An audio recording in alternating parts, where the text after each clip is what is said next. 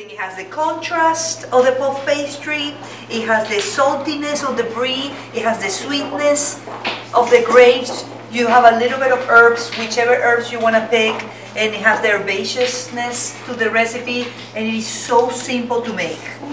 Here you have a simple brie, simple, sencillo. You're going to do a sandwich, you're going to cut it in half, guys. So what you're going to do, remember, I'm going to give you a little bit of, let's take advantage that we're here in the kitchen, so I'll give you quick techniques.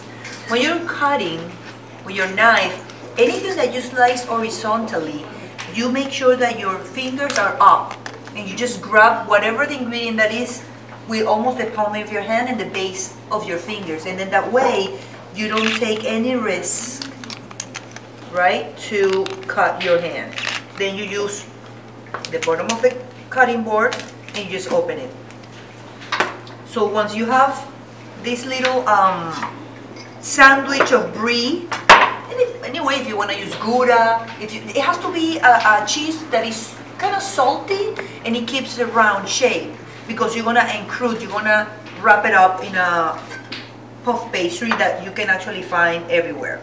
You can leave the grapes of California whole, like this one if they're small, or you can actually cut it in half. I like to cut it in half. I mean, again, the kitchen is pretty much imagination. Whatever it is that you want to do is okay. If you want to cut it in half, if you want to leave them whole.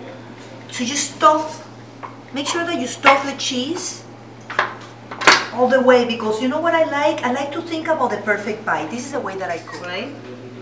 Make sure that it's like a nice little sandwich. I'm going to put it right here.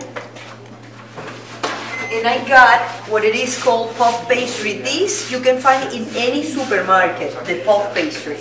Okay? If you want to use phyllo, you can use phyllo as well.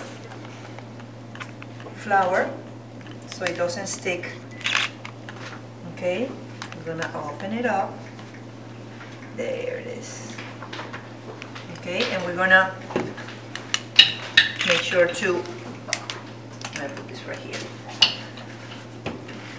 You start pressing, always from the middle out, okay, because you want to have the same pressure in all sides. Then you turn it around.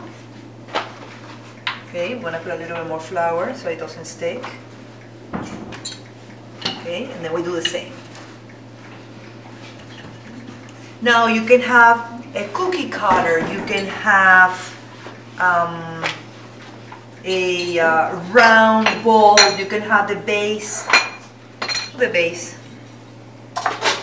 it right here. Let me see, there it is, it's working it a little bit, there it is. Let me help myself with this little knife. And then what you're going to do is, you're going to need egg wash. So for the egg wash, what is important to do is, I always like to have a little bit of water with the eggs. So a couple of eggs, a little bit of water, and you beat it. So that's what is called an egg wash. So it's going to give you shine to the dough. Let me turn this around. So, you know, a couple of circles. We're going to do like a purse. So we press everything to the middle. So very simple. Either you leave it like this, or you can do a top if you want. You can pretty much do anything you want. I kind of like it like this.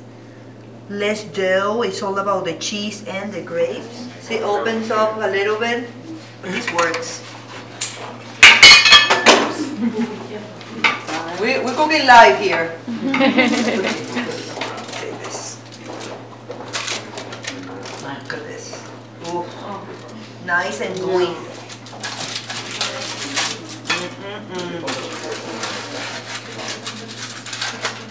Ooh, nice. There it is. Nothing else to it. It takes